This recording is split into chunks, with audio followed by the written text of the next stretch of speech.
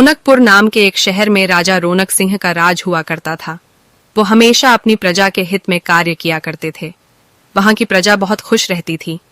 एक दिन गिद्ध आकाश में भूतिया पेड़ के बीज लेकर उड़ रहा था। जैसे ही गिद्ध रोनकपुर पहुंचा तो उसके मुंह से एकदम बीज रोनकपुर के बीचों बीच गिर गया।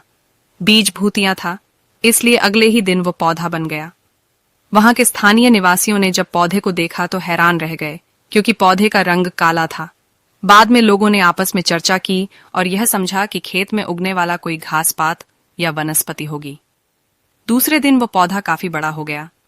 लोगों को और ज्यादा दुविधा हुई कि एक ही दिन में ये पौधा इतना बड़ा कैसे हो गया। होते होते वो पौधा तीसरे दिन पेड़ बन गया। समय बिता और लोग भी तेजी से बढ़ने वाले पौधे के बारे में सोच सोचकर परेशान हो रहे थे। वो इस मामले को राजा के पास लेकर गए। ऐसे जादुई पौधे का पता चलते ही राजा तुरंत उस जगह पर पहुंच गए।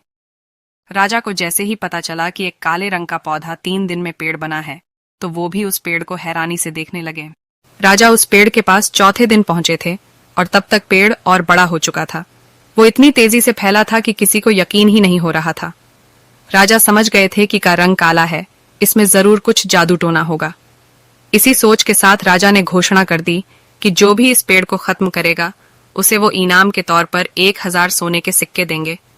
यही नहीं, राजा ने यहां तक कहा कि पेड़ को खत्म करने वाला व्यक्ति मेरी मृत्यु के बाद मेरी राजगद्दी पाने का हकदार भी बनेगा। इतनी बड़ी घोषणा सुनने के बाद हर कोई पेड़ खत्म करने के लिए अपना दिमाग लगाने लगा। राजा के सारे चतुर मंत्रियों ने भी तरकीब लगाई, लेकिन पेड़ को कोई भी नष्ट नहीं कर पाया। किसी ने पेड़ के आसपास आग लगवाई तो एक मंत्री ने उस भूतिया पेड़ को हाथियों तक से खिंचवाया, लेकिन पेड़ को कुछ भी न हुआ।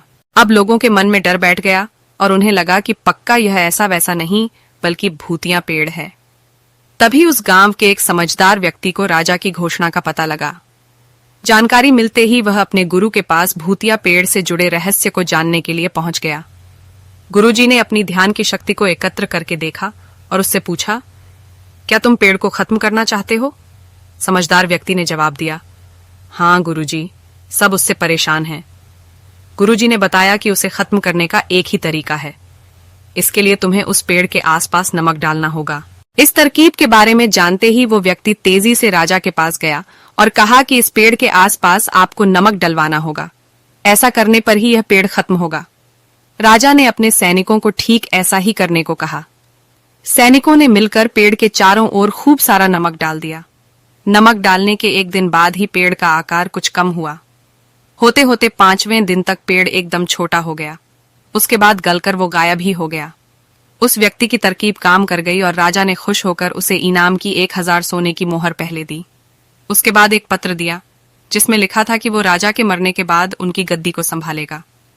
वो समझदार व्यक्ति खुश होकर अपने घर चला गया। कहानी से सीख, ऐसी कोई मुसीबत नहीं होती जिसका समाधान न किया जा सके। जरूरत है तो बस धैर्य और समझदारी की।